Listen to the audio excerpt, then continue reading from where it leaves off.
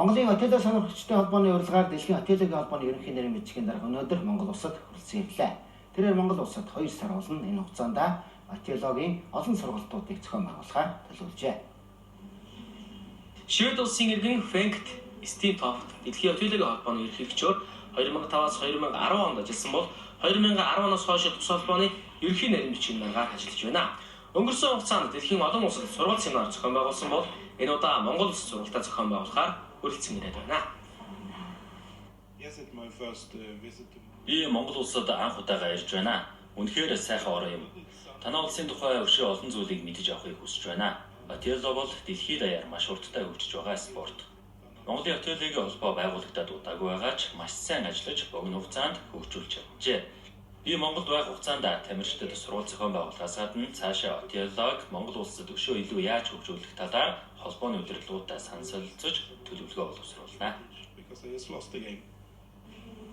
Монголын Отелло сонирхогчдын холбоо 2018 онд байгуулагдаж 20,000 гаруй хүнийг Отеллогийн сургалтанд хамруулж сар бүр тамирчдын дунд чансааны оноо олгох тэмцээний зохион байгуулж иржээ. Мөн Улаанбаатар хотын дүүргүүдэд салбар холбоогоо байгуулсан бол Отеллог оромжлог төвжүүлэх зорилгоор Орхон, Дархануул, Хөвсгөл, Хинти, Өмнөгов зэрэг аймагуудад салбар холбоогоо байгуулж тогтмол тэмцээн оролдооныг зохион байгуулж байна.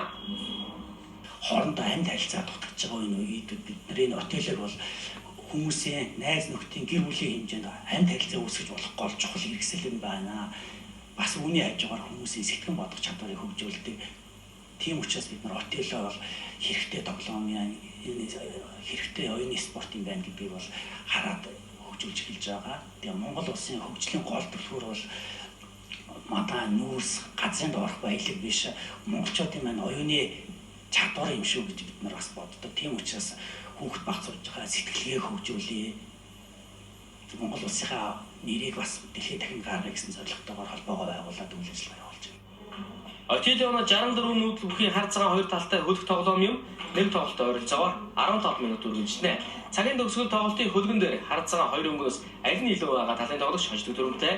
Тэмцээнд оролцож байгаа тамирчдын хувьд насны ангил гэж байхгүй. Тиймээс бүх насны хүмүүс тоглох боломжтойгоор онцлогтой юм а. Манай тамирчид сүүлийн 2 жил дараалан дэлхийн аврагч шалралт тэмцээнд оролцож амжилт нь уламжлаж байгаа юм. Монгол улсад сар тутамд зохион байгуулагдж байгаа чансаа олох тэмцээнүүдэд тогтмол 400-аас 500 орчим тамирчин оролцдог.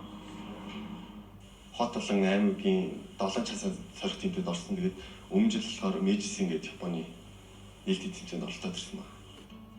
Анх 1800-аад сүүл үед англичуудын дунд Риверси нэртэйгээр үүсэн бий болж хожим нь 1971 онд Японы улсын иргэн Горо Хасигава тоглох дүрмэд нь өөрчлөлт оруулж Отелло гэж нэрснээс хойш дэлхийд даяар олон сая хүн хичээлэх болжээ.